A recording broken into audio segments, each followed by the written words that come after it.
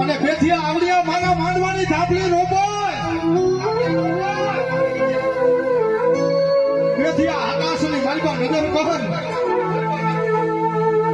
અને હવાસો કોદડિયું બધા આવડા હડલાના હરાણમાં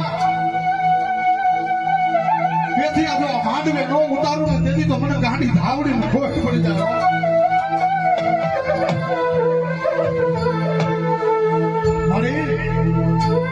આ તો દરિયાનું પ્રાણી છે કદાચ હવાસો કુંડળિયું ઉતરી જાય એમાં અમને કેમ ખબર પડે ધાવડી આવી